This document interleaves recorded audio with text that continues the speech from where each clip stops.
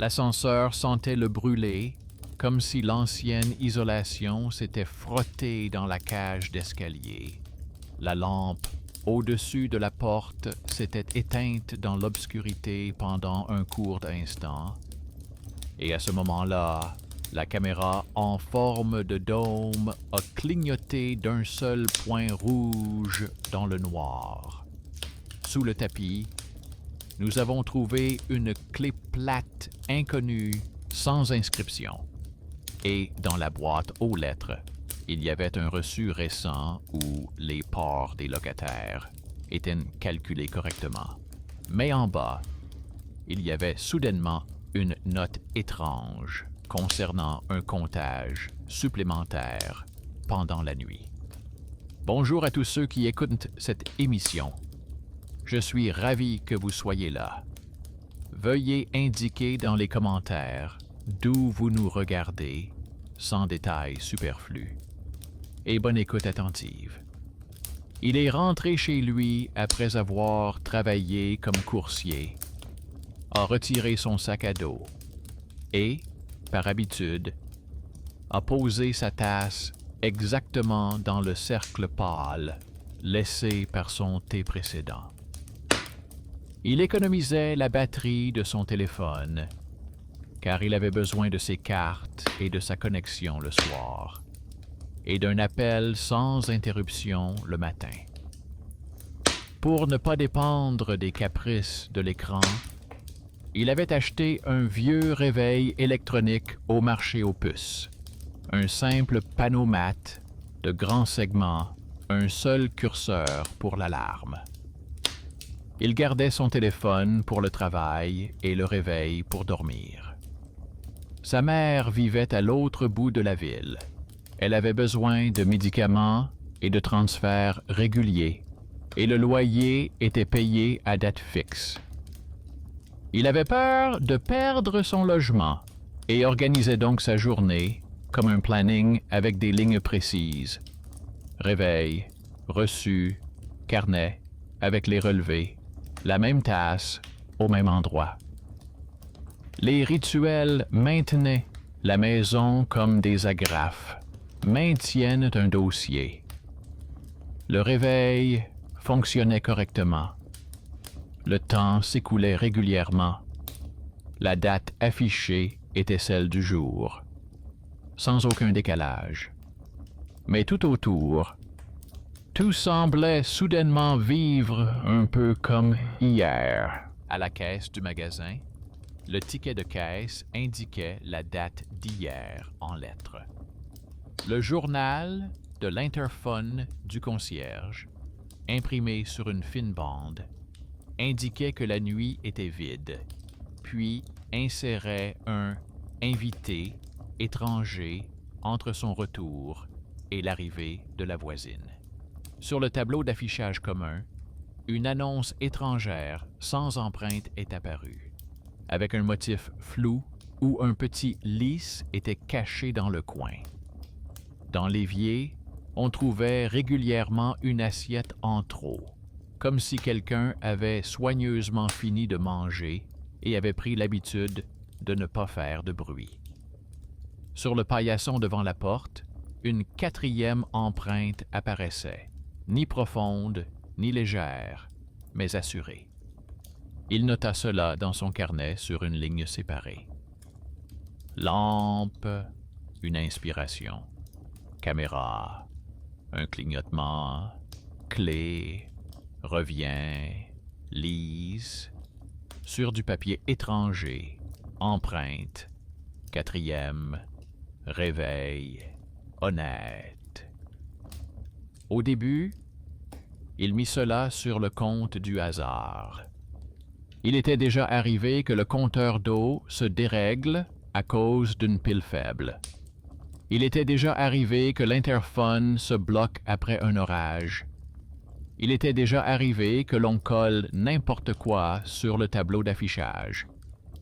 Mais la répétition devint obstinée. Dans le flux photo commun, où les photos de la cuisine et du couloir étaient affichées pendant la journée, deux clichés près du placard du fond montrait une silhouette floue, comme celle d'un passant accidentel qui serait entré dans le cadre. Sur le troisième, on ne voyait que l'ombre d'une capuche au niveau des épaules. La caméra dans le hall de l'ascenseur clignotait toujours au moment où la lumière s'éteignait. Il ne chercha pas à trouver la voie dans le câblage. Il posa les objets sur la table, le réveil, le chèque, l'impression de l'interphone, la photo du tableau avec le lies, la photo de la trace près du tapis. Le réveil était le seul appareil parmi eux qui n'essayait pas de remonter le temps.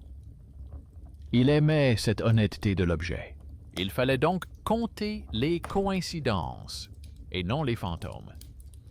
La ligne d'observation rassembla d'autres détails. Dans la cuisine, où étaient suspendues 3 serviettes, il y en avait parfois une quatrième, fine et rigide, comme si elle provenait d'un kit ménager.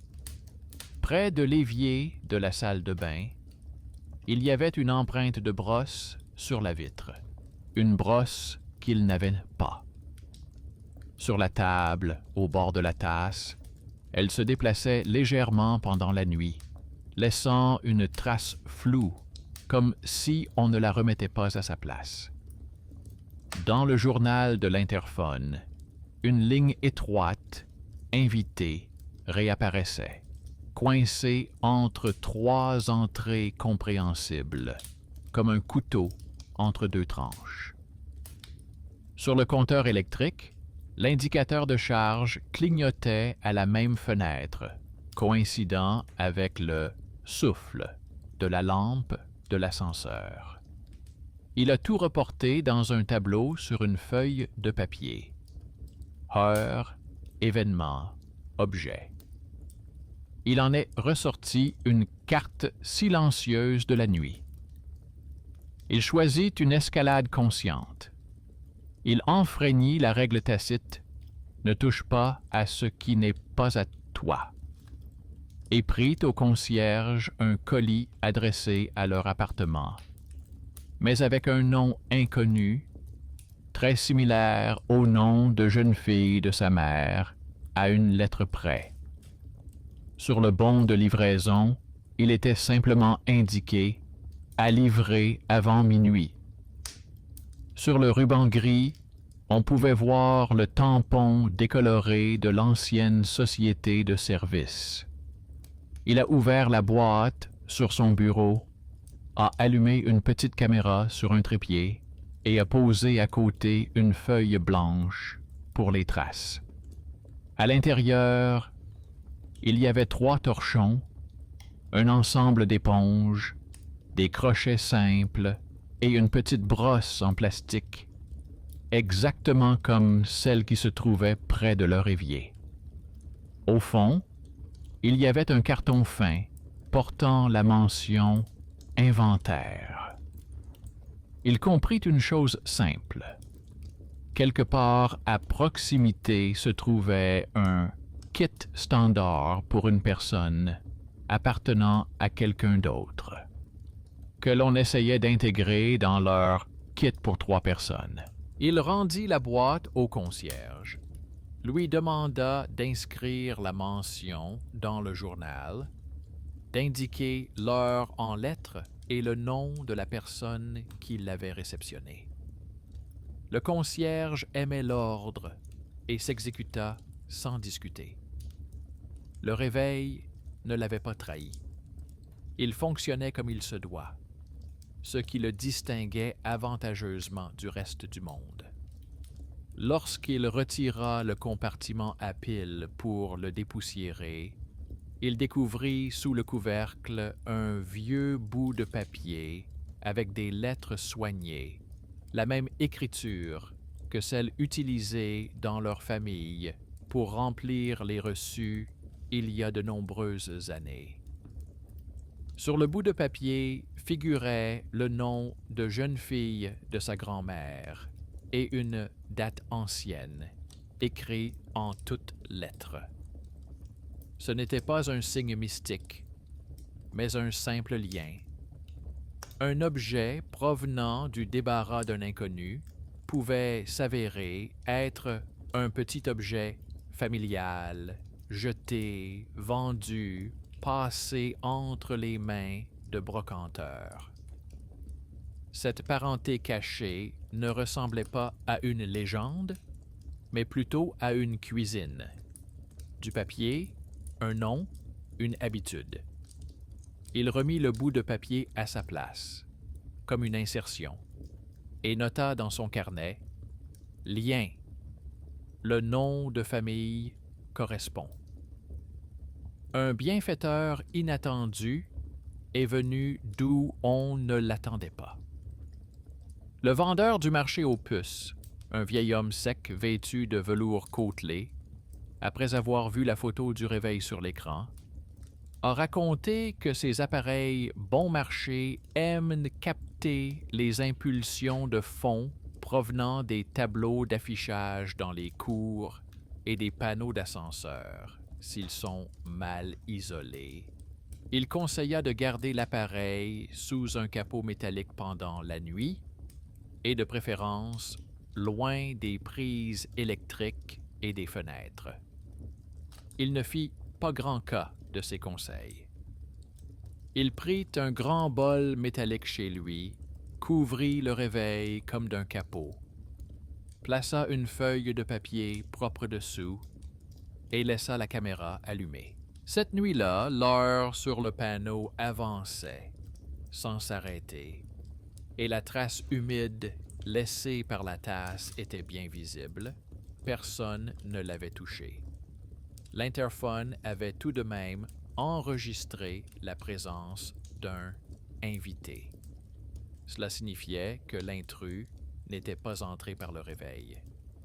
Il était entré par les interstices de la maison. Le talent caché contre le statut s'est manifesté dans l'endroit le plus calme. Dans le kiosque de réparation de montres, travaillait une femme aux doigts fins et au regard patient. Elle écoutait sans enthousiasme, mais avec attention. Elle a expliqué que les réveils électroniques se comportaient comme une oreille. Ils entendaient les bruits parasites et les répétaient par routine, tout en continuant à compter honnêtement.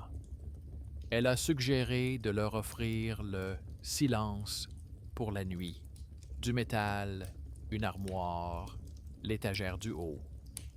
Elle a donné une petite boîte en fer blanc et a demandé qu'on la lui rende.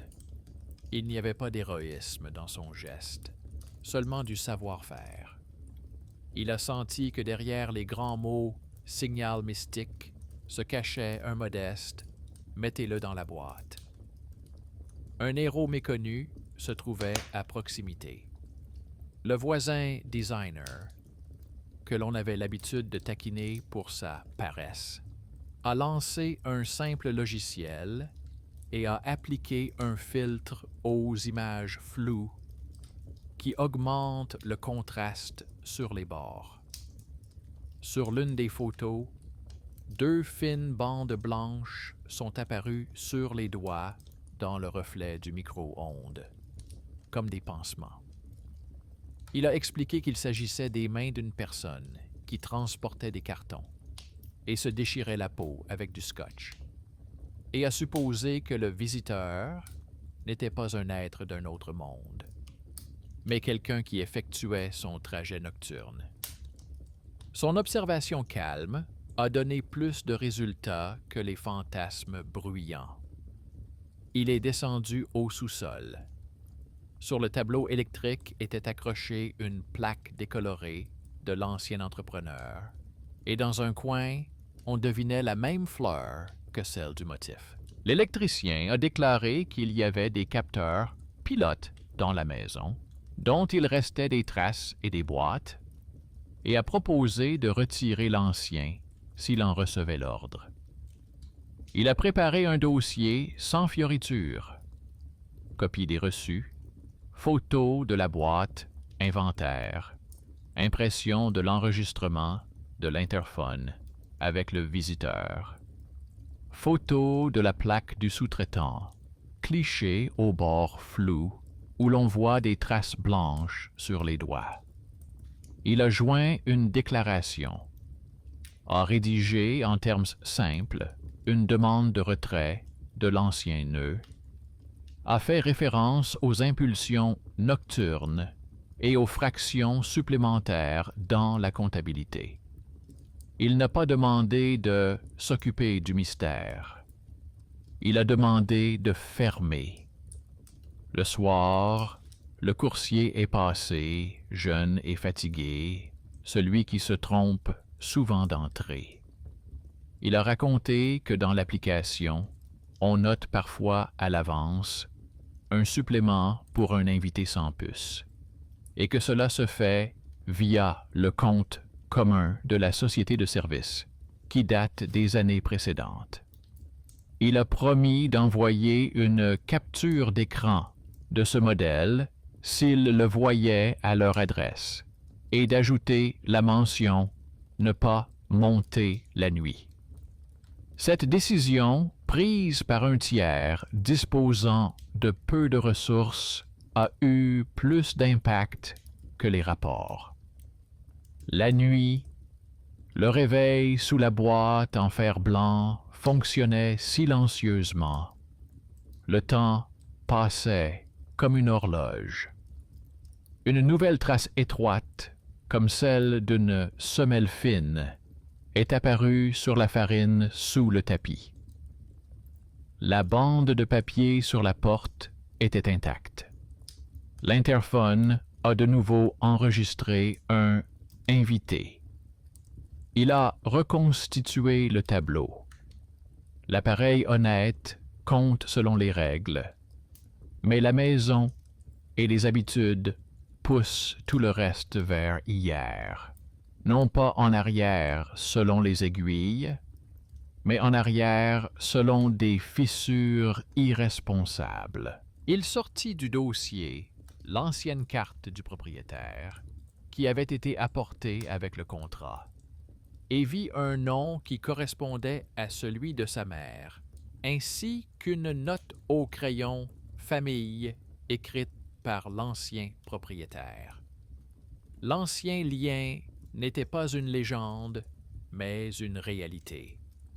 À ce moment-là, la peur fit place à une certitude. L'intrus dans leur nuit n'était peut-être pas un fantôme, mais un homme qui se croyait en droit d'entrée, se servant de faux papiers et de vieux documents. Il commença la matinée par une chose simple.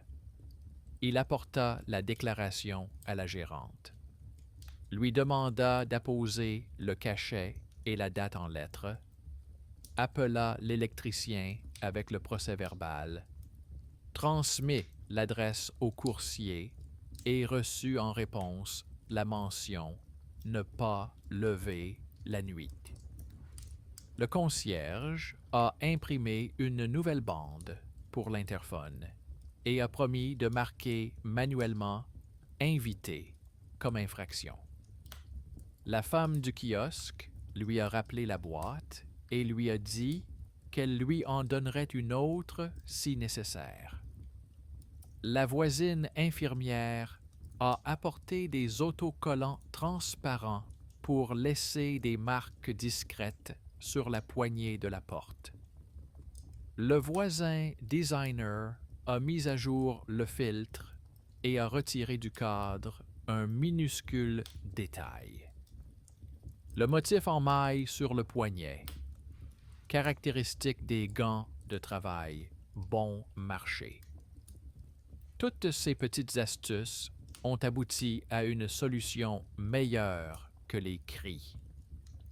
Le réveil continuait d'être un point d'ancrage.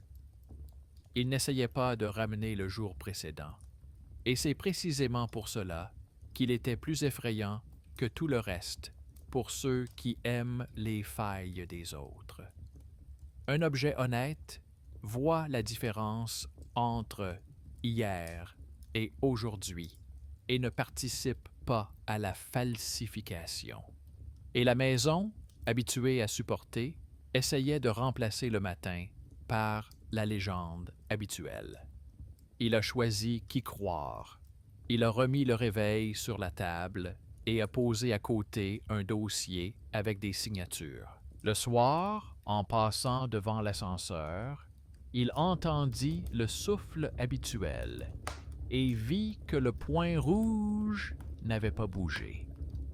Sur le tableau était accrochée une feuille avec 3 tampons et une date soigneusement écrite. Il n'y avait pas d'assiette en trop dans l'évier. Il y avait 3 traces distinctes sur le tapis. Il comprit que l'horreur n'avait pas disparu, mais qu'elle avait pris forme. Une vieille habitude, une flemme de signer. Cela signifiait que la fin ne serait pas un coup de tonnerre, mais un point sur le papier, après quoi l'invité nocturne deviendrait simplement une personne à qui on avait fermé la porte par règlement. Le matin, les réponses arrivèrent plus vite que prévu. La gérante apposa son cachet sur sa demande et écrivit la date en toutes lettres. L'électricien a reçu l'ordre et a promis d'enlever la vieille boîte avec les queues des capteurs pilotes. Avant le soir, le concierge a affiché sur le tableau une feuille avec la mention de l'infraction nocturne où la ligne « Invité » était soulignée en gras et signée d'une main soignée. Le coursier a envoyé un écran de service. Dans le modèle des demandes nocturnes, il y avait effectivement une petite coche, ascenseur supplémentaire pour un invité sans puce, qui était resté dans le compte général de la société de service depuis longtemps. Il a ajouté une note indiquant que cette coche devait être ignorée à cette adresse. Ces petites actions ne semblaient pas héroïques, mais elles s'inscrivaient dans le tissu dense du présent. Et dans ce tissu, la peur ne s'accrochait plus à un espace vide, mais à une couture. Il a préparé l'expérience pour la nuit, comme on prépare un simple travail de laboratoire. Il a posé le réveil sur la table comme un métronome, l'a recouvert de cette même coupelle métallique uniquement pendant les moments où la maison respire de manière irrégulière et l'a laissé ouvert le reste du temps, qu'il compte sans surveillance. Il colla la bande de papier plus haut sur la porte, afin qu'elle se déchire au moindre choc. Il plaça à nouveau de la farine fine sous le tapis pour indiquer la direction du pas. Une marque transparente en colle hypoallergénique, apportée par une voisine infirmière, a été apposée sur la poignée de la porte. Il a posé 3 tasses sur la table et en a laissé une 4e dans le placard, comme un leurre du vide. La caméra sur trépied regardait légèrement plus haut afin que le fond lointain réapparaisse dans le miroir du micro-ondes. Dans l'après-midi, il se rendit aux archives au rez-de-chaussée. La fiche du propriétaire confirmait l'ancienne liaison. L'ancien propriétaire était issu d'une branche de la famille qui divergeait de la sienne par le nom de jeune fille de sa grand-mère. En bas, la mention « parents » était écrite au crayon dans l'écriture soignée d'un ancien passe-portier. À côté se trouvait une copie de la procuration délivrée il y a de nombreuses années à la société de service pour accéder aux appartements en dehors des heures de travail. Cela expliquait pourquoi le compte commun pouvait encore laisser dans le système un invité supplémentaire. Il photographia la carte avec l'autorisation de l'archiviste, puis demanda à joindre au dossier une lettre annulant cette ancienne procuration et écrivit la date en toutes lettres. L'archiviste acquiesça et répondit qu'il le ferait. Le papier boucha soigneusement une autre fente. Le soir venu, l'électricien retira la boîte en question du tableau électrique. Le petit rectangle en plastique avec le logo effacé fut placé dans une pochette en plastique, et le numéro et l'heure apparurent sur le papier. L'électricien lui montra du doigt le coin vide où s'accrochaient habituellement les queues nocturnes et lui dit qu'il n'y avait plus rien là, que les fils suivaient un chemin court sans détour inutile. Le concierge nota dans le journal « Nœud retiré, acte jointe ». Le voisin designer, en regardant la nouvelle photo du tableau, remarqua que le ruban isolant sur la nouvelle connexion était bien droit, sans tour superflu, ce qui signifiait que dans la maison, on n'aimait plus les solutions provisoires. Il sourit à cette petite chose, car c'est dans ces petites choses que la maison cesse de murmurer les scénarios des autres. La nuit commença dans le silence habituel. Le réveil clignotait d'une lumière régulière. Le temps passait. La lampe près de l'ascenseur s'alluma une fois et ne s'éteignit pas. La caméra restait silencieuse. La bande de papier pendait comme un fil très fin, comme une corde. La farine sous le tapis formait une couche uniforme. Il s'endormit avec la certitude qu'il serait désormais plus difficile pour l'inviter de se glisser entre les lignes. Et pourtant, vers le matin, la caméra captura un moment, pas une silhouette ni un pas, mais le bruit doux d'une tasse posée un peu à côté. Sur l'enregistrement, l'empreinte nette sur la table était intacte, mais à côté, une nouvelle lune pâle était apparue au fond, comme chez une personne habituée à ne pas placer les objets au centre, mais sur le bord. Le matin, l'enregistrement de l'interphone affichait à nouveau la ligne « Invité », mais avec la mention « Violation ». Le concierge l'a souligné au stylo rouge et en a apporté une copie à la gérante. Le système a commencé à voir celui qui avait l'habitude d'être une ombre.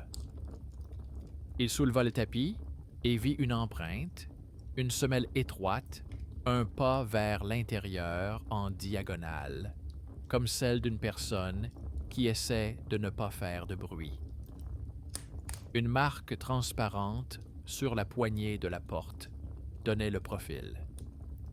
La colle était devenue trouble sur une moitié, comme si la main qui était entrée avait tenu la poignée du bout des doigts en évitant de toucher le dos. Il y avait une déchirure à peine visible sur la bande de papier.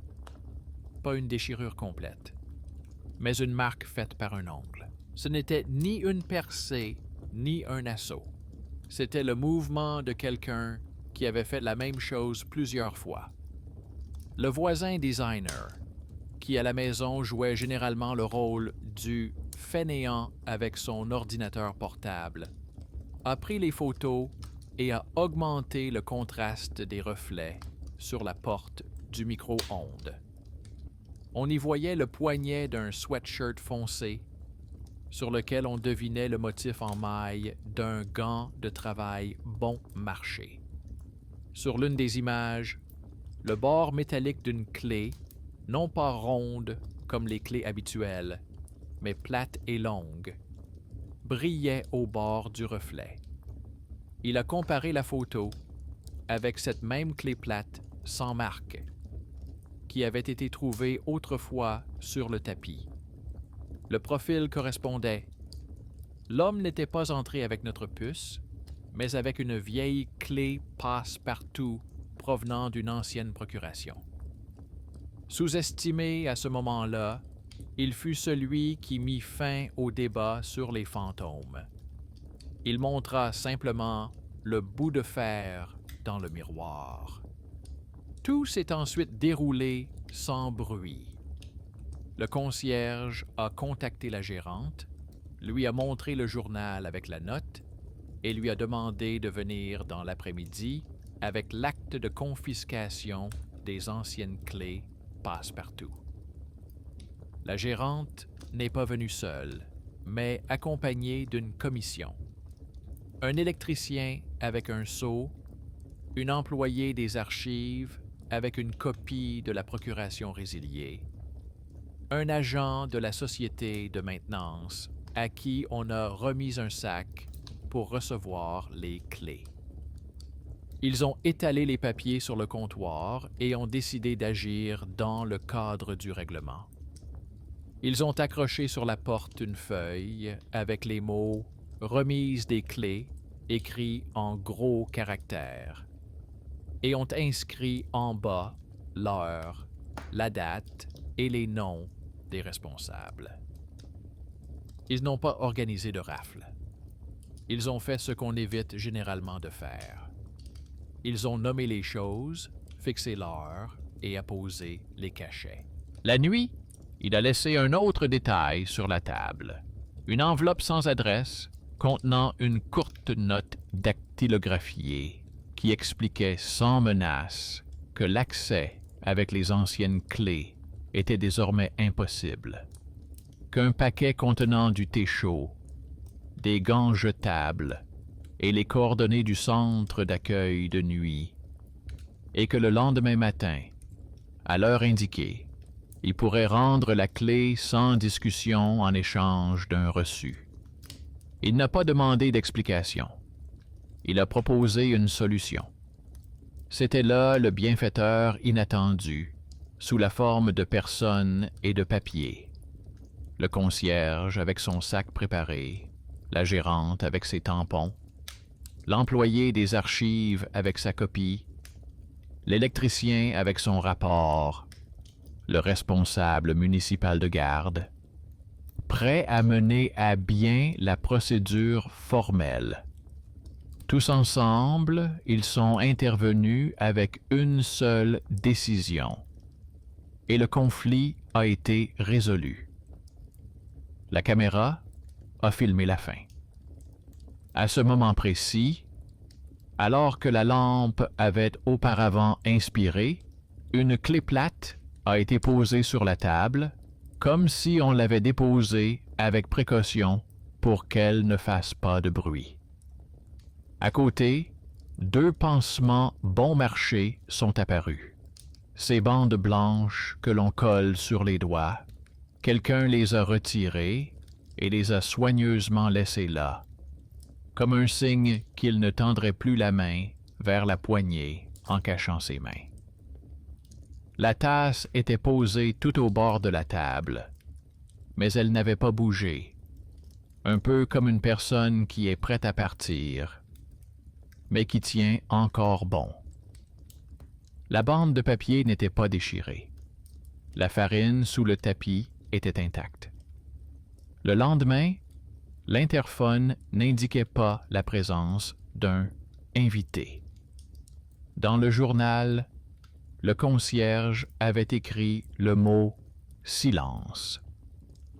Il apporta la clé en bas.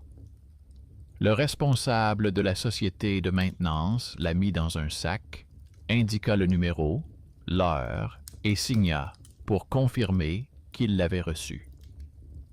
La gérante apposa son cachet.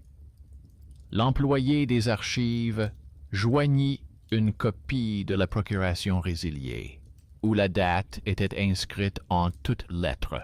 L'électricien en bas, près du tableau électrique, a accroché un nouveau sceau sur la porte, libérant discrètement la maison d'un autre intrus. Ils se sont séparés sans cérémonie. Il n'y a pas eu de discours triomphal. Tout était en ordre. Dans cet ordre, la peur ne trouvait aucune justification. Le réveil sur la table continuait à compter comme il se doit. Le temps passait. Les minutes s'ajoutaient les unes aux autres sans à-coups. Il s'est surpris à faire une chose simple. Auparavant, il se précipitait vers l'appareil comme vers un talisman. Maintenant, il le laissait tranquille, comme on laisse un filtre à eau quand il est propre. Il y avait 3 tasses sur la table, et aucune ne semblait superflue. Sur le tableau à l'entrée s'était accrochée une feuille avec 3 tampons, où était inscrit en lettres majuscules l'heure de remise des clés et la date du prochain contrôle du tableau électrique. Dans l'ascenseur, la lampe ne tombait pas. La caméra dôme ne clignotait pas lorsque la lumière était éteinte. La bande de l'interphone ne comportait pas la ligne étrangère « Invité ». L'album ne comportait pas de bord flou avec une capuche. Le vide qui avait si longtemps joué le 4e n'était plus nécessaire. Il a appelé sa mère et lui a brièvement expliqué que l'ancienne procuration n'était plus valable dans l'immeuble, que la clé avait été mise dans le sac avec le numéro, que le papier avait clos un autre chapitre des années passées. Sa mère répondit également brièvement, sans grand discours. Pour elle, l'important était que personne n'ait été blessé et que tout se soit réglé dans les règles, sans faire de spectacle. Il raccrocha et, pour la première fois depuis le début de tout ce cycle, il ne ressentit pas de victoire, mais plutôt un sentiment de calme, cette sorte de soulagement que l'on éprouve lorsque la maison fonctionne simplement comme il se doit. Le soir, ils étaient assis tous les 3 dans la cuisine, sans emphase. L'infirmière remuait le thé tranquillement, comme savent le faire les personnes qui ont passé de longues journées de travail.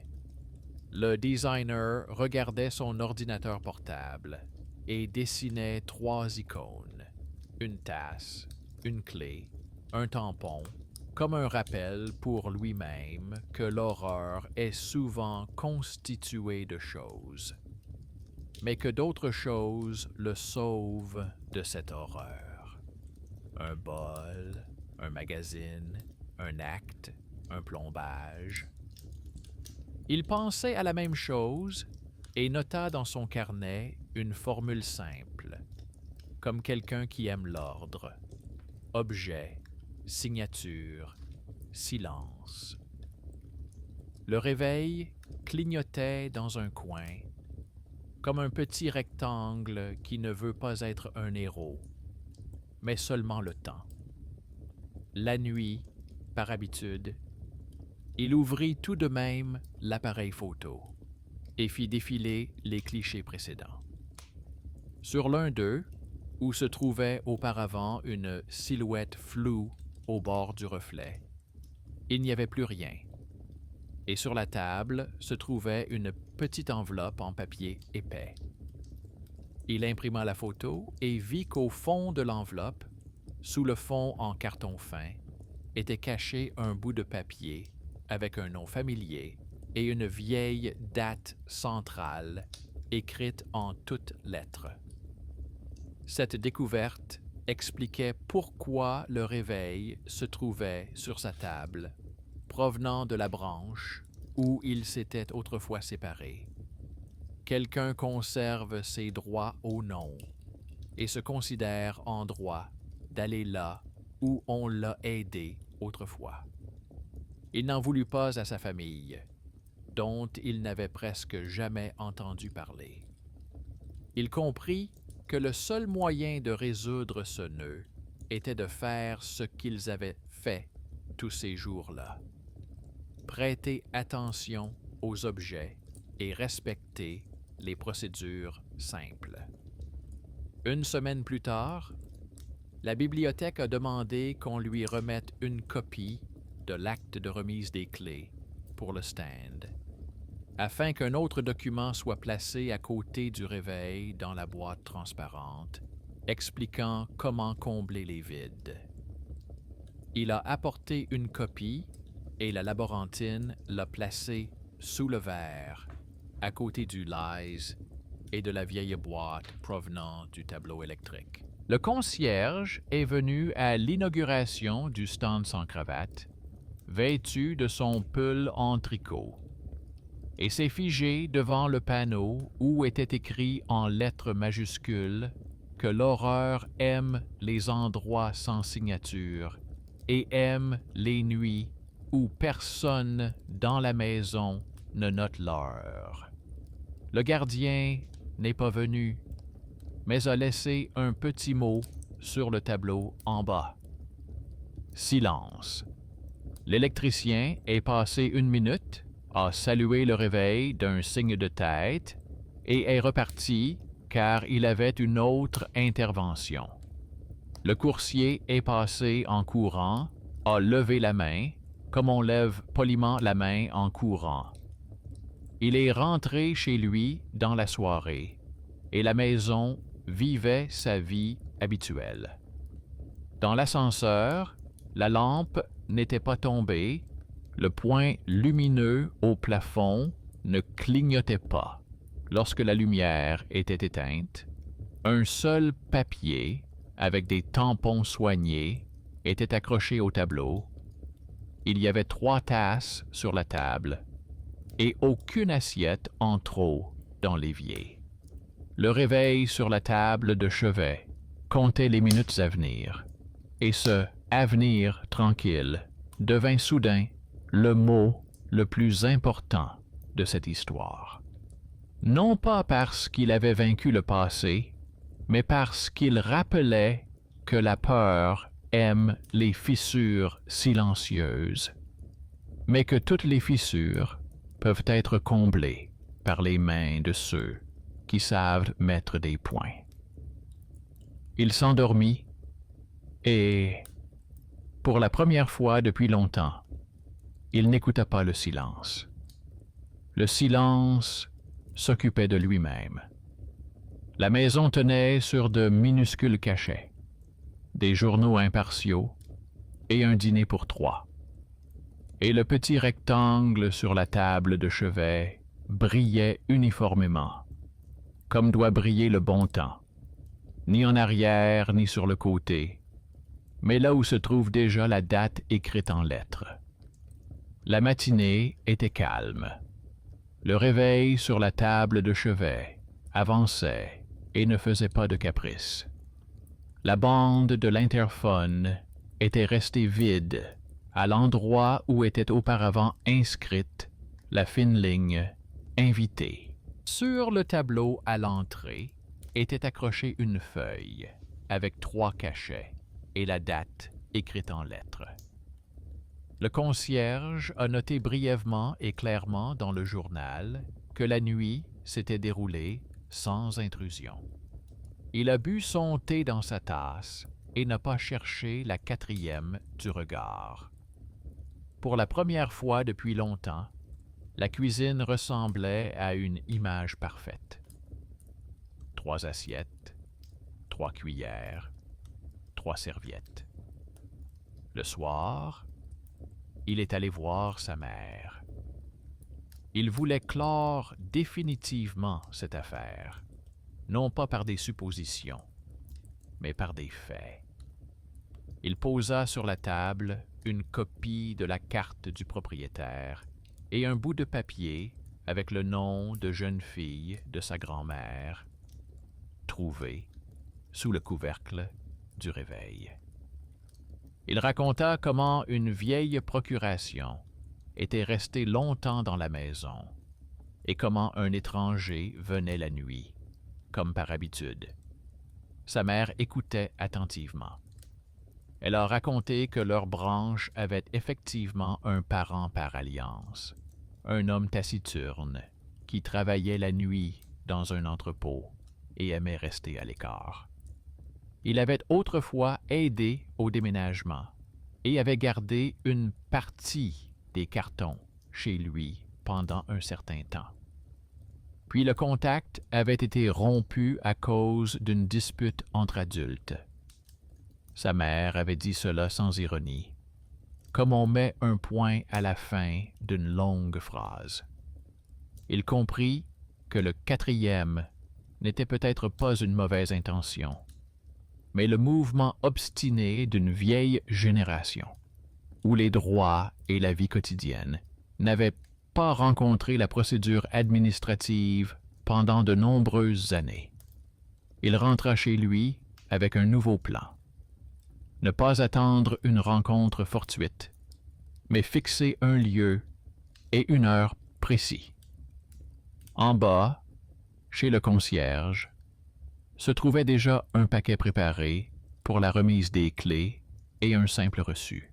Il a écrit en gros et clairement sur la feuille qu'à la date et à l'heure indiquée, il était possible de rendre la clé plate sans plus de formalité, de recevoir du thé, des gants jetables, les coordonnées du point de réchauffement et un reçu.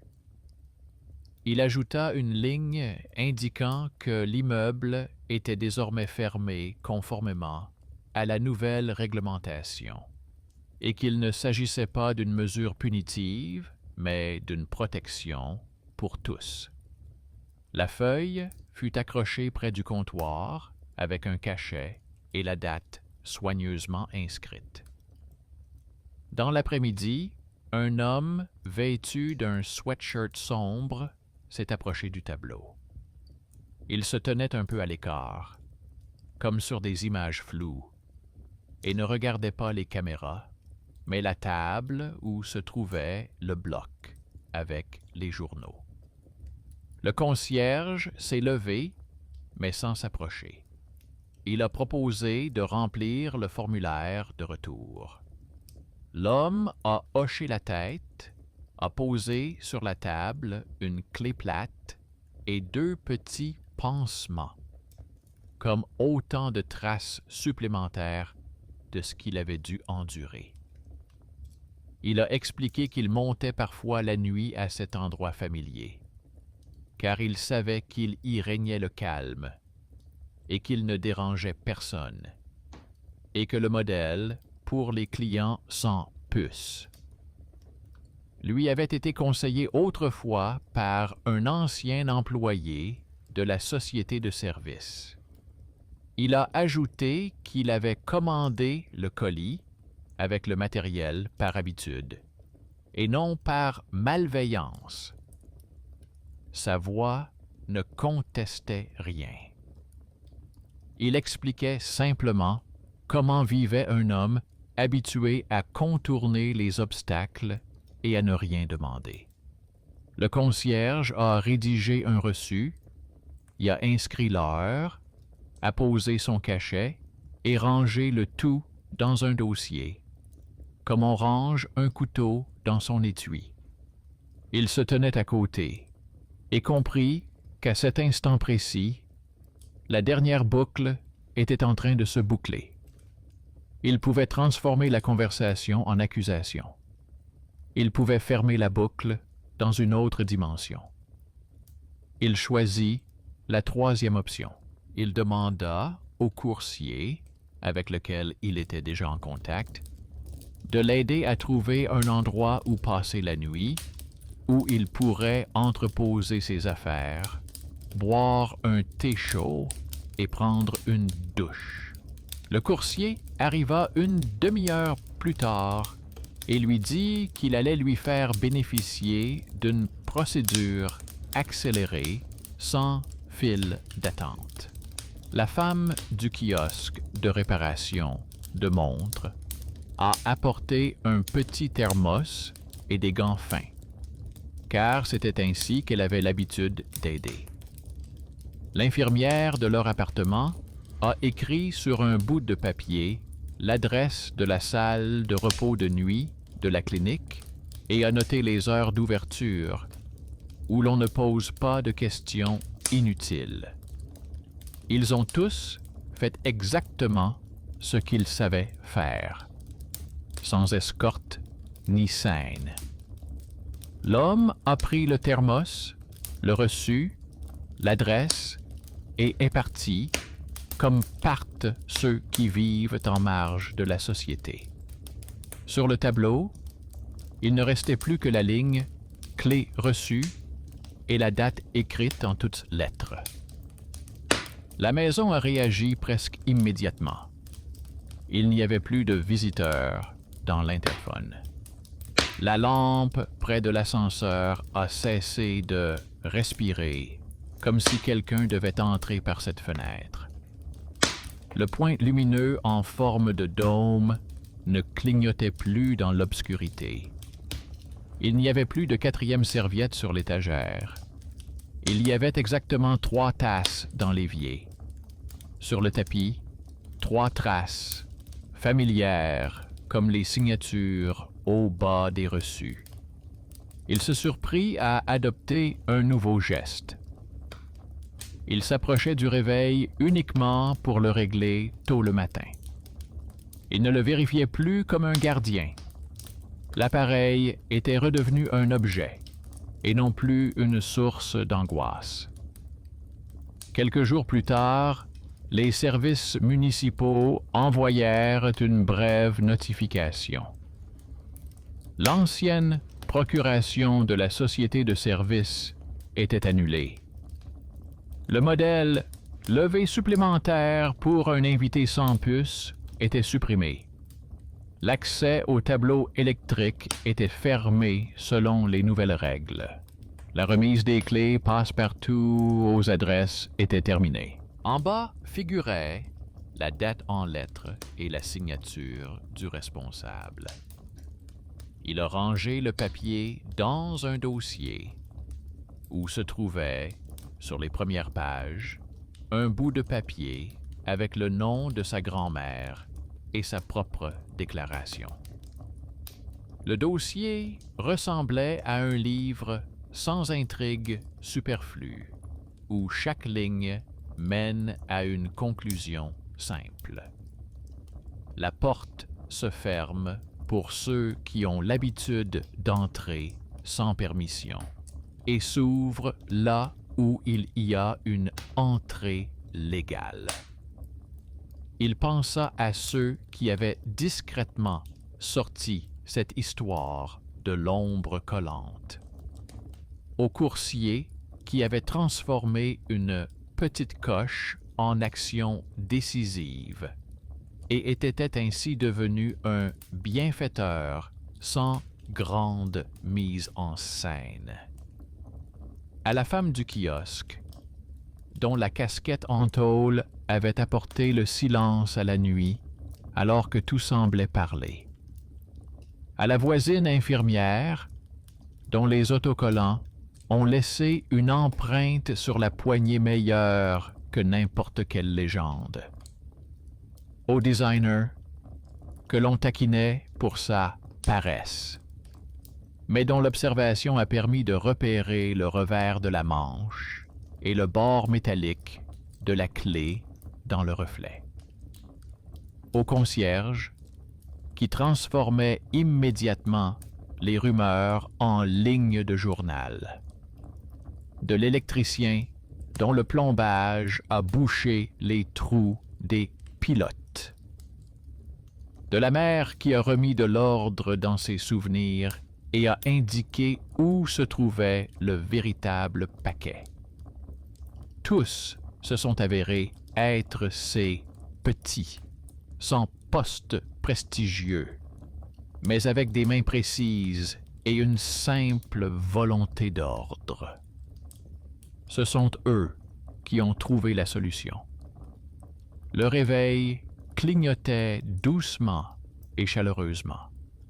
Il n'était plus un symbole, ni un ennemi, ni un sauveur. Il avançait simplement. C'était dans cette avancée que résidait la libération. Non pas dans la dénonciation, ni dans la vengeance, mais dans le fait que la maison vivait à nouveau au jour le jour. Il éteignit la caméra qui surveillait auparavant la table pendant la nuit et rangea le trépied dans le placard. Il retira la bande de papier de la porte et la jeta. Il balaya la farine sous le tapis et essuya avec un chiffon humide. Ses gestes semblaient insignifiants. Mais c'était précisément cela. Le retour à la vie normale. Se débarrasser des béquilles et retrouver une démarche régulière. Tard dans la soirée, il parcourut une nouvelle fois le palier. La lampe brillait d'un éclat régulier. La voisine du dessus avait, par habitude, posé un filet avec du pain sur la balustrade pour l'apporter jusqu'aux boîtes aux lettres. Le concierge roulait son seau et regardait le tableau, comme s'il vérifiait l'équilibre des colonnes. Le concierge feuilletait un magazine et se réjouissait des lignes vides. Il monta à son étage et s'attarda devant la porte, comme on s'attarde quand on veut s'assurer que la maison respire. La maison respirait. Le lendemain matin, il prit son réveil et le déplaça de la table de chevet à la cuisine. Il tourna l'écran vers la fenêtre. Il régla l'alarme sur une heure matinale, celle à laquelle il devait partir pour ses livraisons. Il posa à côté un carnet dans lequel il notait autrefois ses nuits agitées et le consacra désormais à ses notes quotidiennes. Les médicaments de sa mère, les compteurs par date en lettres, son planning d'appel, la préparation du dîner, le remplacement de sa voisine si elle le lui demandait. Le réveil s'est intégré à cet emploi du temps sans explication superflue, comme un petit rectangle s'inscrit dans une grande feuille. Une semaine plus tard, il a rencontré à l'arrêt de bus le même homme en sweatshirt. Celui-ci se tenait debout, avec un gobelet en papier, sans clé, sans capuche sur les yeux, et tenait à côté de lui un sac fermé par un ruban blanc. En le voyant, il a hoché la tête et l'a remercié pour l'ordre sans crier. Il ajouta qu'il passait désormais ses nuits dans un centre près de la clinique et attendait d'être affecté à un entrepôt où l'on avait besoin de main-d'œuvre. Il demanda de transmettre au concierge qu'il ne viendrait plus vérifier son coin tranquille. Il n'y avait ni rancœur, ni gratitude excessive dans sa voix. C'était une reconnaissance sereine des limites. Il hocha également la tête et poursuivit son chemin. Cette rencontre fut le dernier petit nœud qui se dénoua. Le soir, ils se retrouvaient tous les trois dans la cuisine. L'infirmière comptait les cuillères à café. Le designer dessinait pour lui-même des icônes représentant ses habitudes. Il vérifiait les fichiers contenant les reçus et notait des signatures. Parfois, la femme du kiosque venait, laissait quelques couvercles en fer blanc au cas où, et reprenait les boîtes vides. Le coursier frappait à la porte et remettait la commande sans lever les yeux vers le dôme de la caméra. L'électricien apportait le procès-verbal et emportait l'ancienne ampoule si celle-ci commençait à jouer son souffle. Le concierge entrait 1 minute et écrivait un petit mot « silence » dans le cahier. C'était là l'essentiel. La peur n'avait pas disparu. Elle s'était simplement calmée, car elle n'était plus alimentée par les trous dans l'emploi du temps. Il ouvrait parfois le dossier et regardait la première page. Il y avait là un bout de papier avec le nom de sa grand-mère et une ligne régulière provenant des archives avec la date écrite en toutes lettres.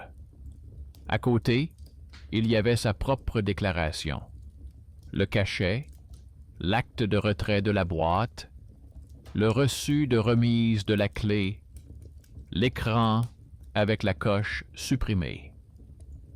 Le papier était à l'étroit dans ce dossier bon marché, mais il conservait mieux que n'importe quel récit la forme de l'histoire. Il mit une feuille blanche dans le dossier et écrivit en gros dans la marge supérieure « Aujourd'hui ».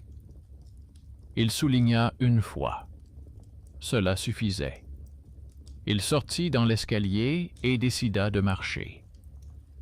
À chaque palier, la lampe s'allumait sans délai. Quelque part derrière le mur, le concierge passait l'aspirateur. En bas, une enveloppe contenant des journaux bruissait. Dans la rue, ça sentait la pluie. Il regarda les fenêtres de son immeuble et comprit qu'il ne cherchait plus du regard la 4e silhouette. Ceux qui doivent être dans le cadre seront là pendant la journée, avec leur entrée signée. Ceux qui ont besoin de dormir dorment. Ceux qui ont besoin de compter le temps mettent leur réveil et se lèvent.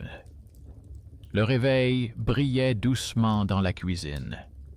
Ces chiffres avançaient comme doivent avancer les bons chiffres, calmement, sans artifice, sans effet bon marché. Et dans cette progression tranquille, il y avait plus d'horreur que dans n'importe quelle légende, car elle montrait à quel point il était facile pour la peur de se faire passer pour une habitude, et à quel point il était difficile, mais possible, de redonner à cette habitude un cadre humain. Au cours de la 3e semaine de nuit tranquille, la maison a soudainement rappelé qu'elle avait une mémoire. D'abord, une odeur à peine perceptible de brûlé est venue dans le couloir, comme une fine trace laissée par une spirale mal essuyée. La lampe au plafond n'est pas tombée, mais elle est devenue pendant 1 seconde plus chaude qu'elle n'aurait dû l'être. Le point central n'a pas cligné des yeux, mais derrière le mur, l'ascenseur a poussé un soupir supplémentaire, imprévu. Il s'est arrêté devant la porte, a posé sa main sur le montant et a compris qu'il ne s'agissait pas d'une panne, mais d'un écho. La maison s'étira pour vérifier la densité du nouveau tissu de l'ordre. Il retourna dans la cuisine et posa sa tasse dans le cercle pâle de l'ancien thé comme une encre. Le réveil sur la table de chevet avançait et cela le calmait étrangement plus que n'importe quel mot. Le soir venu, une feuille avec des marques étrangères apparut en bas, sans cachet, avec le même motif familier, où un lisse fin était caché dans le coin. La feuille demandait aux résidents de ne pas laisser le tapis devant la porte pendant la nuit, car, selon le règlement, cela gêne le nettoyage. Le concierge avait déjà appelé la gérante et noté dans son carnet qu'il n'avait pas ce document. Le concierge gardait sous verre un formulaire vierge pour retirer les affiches non autorisées et attendait que quelqu'un vienne le chercher.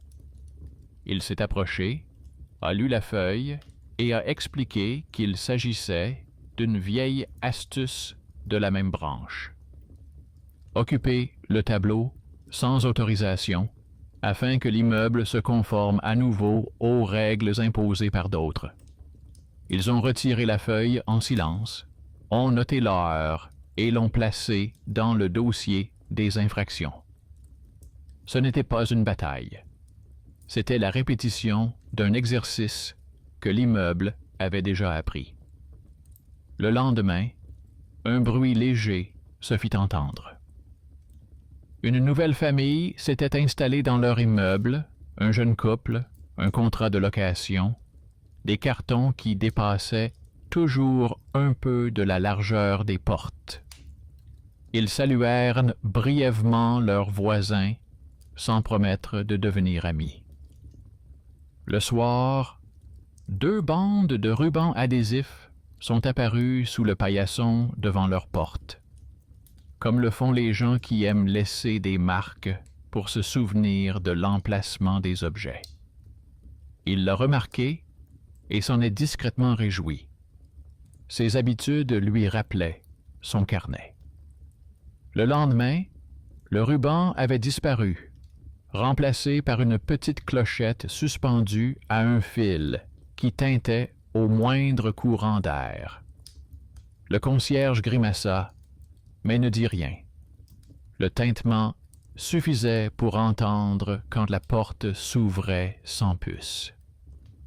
Et pourtant, pendant la nuit, la maison a de nouveau recouru à son vieux truc. Sur le bandeau de l'interphone, auquel ils avaient désormais accès, est apparue la petite ligne « Invité ». Le concierge l'a souligné, comme on souligne en italique un mot étranger dans un brouillon. La lampe près de l'ascenseur a inspiré et s'est attardée sur le bout. Dans la cuisine, en visionnant l'enregistrement le matin, il découvrit le bruit d'une tasse posée presque au même endroit qu'auparavant. Il ne se réjouit pas de ce précédent et ne s'en affligea pas. Il sortit le dossier, trouva une copie de l'acte de remise des clés, la posa sur la table et la recouvrit d'un film transparent. Le papier était bien en vue, comme une pancarte occupée. Le réveil clignotait régulièrement. Il a appelé le coursier et lui a répété que le modèle « Ascension supplémentaire » était à nouveau visible à l'entrée. Le coursier répondit brièvement qu'il ajouterait une interdiction stricte à leur adresse et enverrait une note interne au responsable. Il ne demanda pas si cela fonctionnerait rapidement. Il fit ce qu'il savait faire. Il cocha la ligne « Modèle supprimé » dans son carnet. Le lendemain, un homme au visage dont personne ne se souvenait s'est approché du tableau. Pas de capuche, pas d'ombre, juste un habitant ordinaire de l'immeuble voisin. Il tenait dans sa main une feuille pliée et essayait d'épingler un autre rappel au-dessus de la liste des nettoyages. Le concierge lui a demandé de poser le papier sur le comptoir, de remplir le formulaire et d'inscrire la date en toutes lettres. L'homme a hésité un instant, puis a haussé les épaules et est parti. 1 heure plus tard, il est revenu avec une nouvelle feuille déjà tamponnée par la direction. La feuille s'est avérée tout à fait légitime. Il s'agissait d'une vérification des détecteurs de fumée. L'immeuble semblait avoir appris à faire la différence entre un « peut-on poli » et un « je dois autoritaire. La vérification des détecteurs s'est déroulée sans surprise. L'électricien est venu avec le procès-verbal et une nouvelle ampoule. La femme du kiosque de réparation de montres, comme à son habitude, est passée en coup de vent pour récupérer de la vieille tôle auprès du concierge pour son atelier. Le voisin designer a aperçu dans le reflet du micro-ondes la silhouette souriante de sa nouvelle voisine et n'a pas cherché à l'estomper. L'image était vivante et claire, sans quatrième au bord. L'infirmière a apporté de la clinique un lot de nouveaux autocollants transparents et les a laissés dans la boîte commune pour ceux qui surveillent la porte. Ces petits gestes ne semblaient pas être les héros du jour, mais ils donnaient l'impression que la maison était devenue plus dense. Il remarquait de plus en plus souvent que le réveil cessait d'être le centre de l'attention. Le matin, l'appareil se contentait de le réveiller. Ensuite, la vie commençait. Livraison à 2 adresses, appel à sa mère, achat de médicaments, vérification des factures, notation des dates. Le dossier avec les tampons se trouvait dans le tiroir du bas. Et il ne le sortait pas la nuit, mais pendant la journée, lorsqu'il fallait apposer un nouveau tampon. Sur le présentoir de la bibliothèque, dans une boîte transparente, se trouvait une copie du reçu de la clé plate. À côté, une plaque indiquait en caractères sobres que le mal aime le tunnel entre l'objet et la signature, et que ce tunnel peut toujours être comblé à la main. Parfois, il y amenait de nouveaux locataires, et la laborantine, avec un sourire à peine perceptible, leur montrait le lys sur le ruban et le capuchon en fer blanc. Les gens hochaient la tête et partaient comme après une vaccination, légèrement pensifs, mais déjà protégés contre une simple erreur. Une nuit, cependant, quelque chose de plus grave que d'habitude s'est produit. D'abord, dans l'entrée, un fusible a sauté à l'un des étages et, pendant une seconde, le chemin lumineux au-dessus des lettres s'est éteint. Le réveil sur la table de chevet a clignoté, mais n'a pas cessé de sonner. L'interphone a immédiatement signalé 2 invités à proximité, comme un double clic. La caméra a affiché une image vide. Il s'est levé, a vérifié le registre papier du concierge. Les inscriptions étaient correctes, mais en bas, une note étrangère était apparue en lettres fines. Invité avec accompagnateur. Le concierge feuilletait déjà le planning du nettoyage de nuit et fronçait les sourcils. Aucune équipe n'était inscrite. L'électricien était chez lui à cette heure-là, mais il a décroché le téléphone et a dit qu'il arriverait dans une demi-heure. Il a posé le réveil sur la table dans le couloir comme repère et s'est assis dans le fauteuil en face de l'extincteur. Il n'avait pas envie de dormir. Des pas retentirent comme s'ils provenaient de la porte, mais pas de celle de leur appartement. Silencieux, évitant le centre des marches, sachant où le bois grince. Il sortit sur le palier. Au loin, la sonnette de la porte des nouveaux voisins tinta doucement. La porte resta fermée. En bas, il entendit le bruissement d'enveloppes comme si quelqu'un triait le courrier. Il descendit l'escalier et regarda par la fenêtre. 2 personnes se tenaient près du tableau, l'une tenant une liasse de papier, l'autre un sac vide. Il retourna voir le concierge.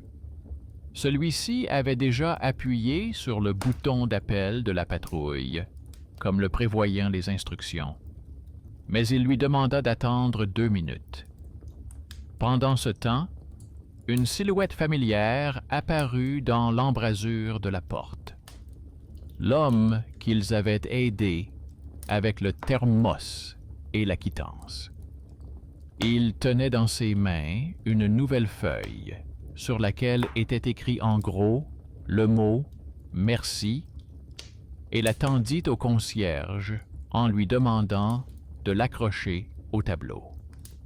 Le concierge ne l'a pas accroché tout de suite. Il a expliqué que ces feuilles devaient également être imprimées et tamponnées, même s'il s'agissait d'une lettre de remerciement. L'homme a acquiescé, a posé la feuille sur la table et a fait signe au 2e homme, qui était en train d'enlever les vieux papiers non autorisés de l'entrée voisine. Le concierge comprit d'un seul coup d'œil qu'il s'agissait d'une nouvelle équipe de nettoyage envoyée par la société de service. La patrouille arriva, écouta et repartit. Il ne restait sur le tableau qu'une note concernant la vérification des capteurs et un espace vide pour la véritable lettre.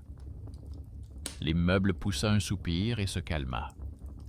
Ce soir-là, il comprit que la décharge finale ne retentissait pas une fois pour toutes. Elle vivait dans la routine, comme une musique qu'il fallait jouer tous les jours, et qu'il n'y avait rien de plus effrayant que de perdre le contact avec des objets simples, une tasse, une clé, une lampe, un acte, un réveil. Il s'approcha de l'appareil et régla l'alarme une demi-heure plus tôt que d'habitude. Il décida de se lever alors que la ville dormait encore, afin d'apporter les médicaments à sa mère avant l'ouverture de la pharmacie et de passer à la bibliothèque avant l'arrivée des premiers visiteurs. Cette décision était moins pathétique que n'importe quelle garde de nuit et lui donnait davantage de contrôle sur sa propre journée. Avec le temps, la liste des assistants s'est allongée. L'archiviste lui a appris à lire les annotations sur les anciennes fiches afin de repérer les procurations de 20 ans qui risquaient d'être périmées. Le coursier lui a donné une petite liste de contrôle pour distinguer une adresse réelle d'une arnaque en fonction de l'heure et du modèle. La femme du kiosque lui a expliqué comment sonne le couvercle en tôle lorsqu'il ne contient pas seulement un appareil, mais aussi un fond conducteur. L'infirmière a décrit sur une feuille comment coller correctement les étiquettes transparentes et les retirer sans laisser de traces. Pendant son temps libre, le designer a créé pour ses voisins un aide-mémoire mural sans ton autoritaire, des coches à côté des points cachets, date en lettres, acte au tableau, journal au comptoir, ne pas accepter les feuilles non autorisées. L'aide-mémoire n'a pas fait l'objet d'une publicité. Il était simplement lu de temps en temps, puis remis à sa place. Un jour, un message est arrivé dans leur chat à la maison avec une brève histoire provenant de la cour voisine. Quelqu'un avait de nouveau vu des flous sur les photos de l'album. Il n'a pas parlé des fantômes. Il a envoyé un lien vers le stand de la bibliothèque et a proposé 3 étapes. rassembler les objets, mettre de l'ordre autour des appareils, ranger le papier. Une semaine plus tard, cette cour a envoyé une photo avec 3 tampons et le mot « silence » en bas. Cela semblait modeste, mais c'était mieux que n'importe quel effet spécial. À l'approche de l'hiver, il a commencé à remarquer que sa propre vie avait pris un rythme plus régulier. Le carnet contenant les notes inquiétantes des nuits a été remplacé par un carnet de projets, rendre visite à sa mère tel jour, payer les charges en lettres, acheter une lampe pour le couloir, remplacer sa voisine si elle devait travailler de nuit. Le réveil continuait à compter les heures. Sur la table de la cuisine, la tasse laissait une trace là où elle devait. La maison avait cessé de respirer par les fenêtres étrangères. Et pourtant, certaines nuits, il se réveillait et écoutait le silence, non pas comme un chasseur, mais comme un homme qui avait un jour rencontré sa peur au bord du cadre et avait appris à lui parler le langage des factures et des actes. Un de ces matins-là, il trouva un petit paquet sur le rebord de la fenêtre, sans menace, sans mystère fin. À l'intérieur se trouvait une petite vis en cuivre, exactement comme celle que la femme du kiosque lui avait offerte autrefois.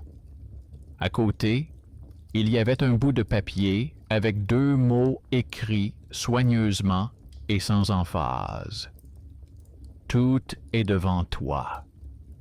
Il a mis la vis dans une boîte à bricoles et le bout de papier dans un dossier, à côté de la déclaration de retrait des queues et du reçu pour la clé. C'était mieux que n'importe quelle louange, car cela signifiait une chose simple. Quelqu'un d'autre avait compris que le temps devait avancer et que la peur ne pouvait pas vivre dans une maison où même une vis avait trouvé sa place. Il s'approcha de la fenêtre, respira l'air froid et entendit le concierge gratter la fine couche de glace sur le trottoir dans la cour. L'ascenseur derrière le mur bougea et se mit en marche sans bruit. Une feuille avec 3 tampons était accrochée au tableau. Le réveil sur l'étagère de la cuisine a légèrement cliqueté et a avancé d'1 minute. Il a souri comme quelqu'un qui, au lieu d'une victoire retentissante, a choisi une journée de travail. Puis il a pris sa veste, vérifié son carnet et est sorti, non pas pour écouter des chuchotements, mais pour faire son travail. La maison restait à sa place, comme un point placé au bon endroit. Et à cet endroit, il n'y avait plus de place pour personne d'autre. Seulement 3 tasses, 3 serviettes, 3 paires de clés, un dossier avec des tampons et le rectangle régulier du réveil qui avançait. Car dans cette maison, tout devait désormais se passer ainsi.